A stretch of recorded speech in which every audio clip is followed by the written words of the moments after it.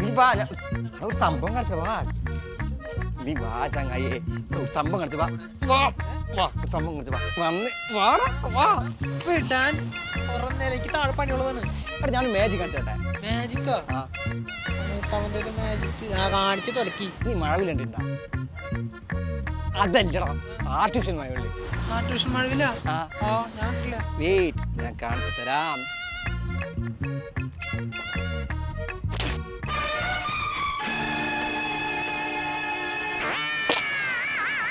വേണ്ടതാണല്ലോ. ഇതാണോ നിന്റെ മഴവില്ല്? ഇതാണോ നിന്റെ മഴവില്ല്? അതൊക്കെ വരണ്ടടാ. അവൻ മഴവില്ല് കാണിച്ചാ എങ്ങനെയാവും മഴവില്ല് കാണിച്ചെന്ന്? അവൻ വായിൽ വെള്ളം പിടിച്ചിട്ട് തുപ്പ് എന്റെ മോത്തിക്ക്. എടാ മഴവില്ല് കാണാൻ പറ്റടാ. അതെങ്ങനെ? എടാ മഴവില്ല് ഉണ്ടാവുന്ന എങ്ങനെയാ അറിയാം എനിക്ക്? ഇപ്പൊ ലൈറ്റ് ഇങ്ങനെ എയർ കൂടെ ഇങ്ങനെ വരികയാണ്, വായു കൂടെ ഇങ്ങനെ വന്നിട്ട് നേരെ വെള്ളത്തുള്ളിലേക്ക് കിടക്കും.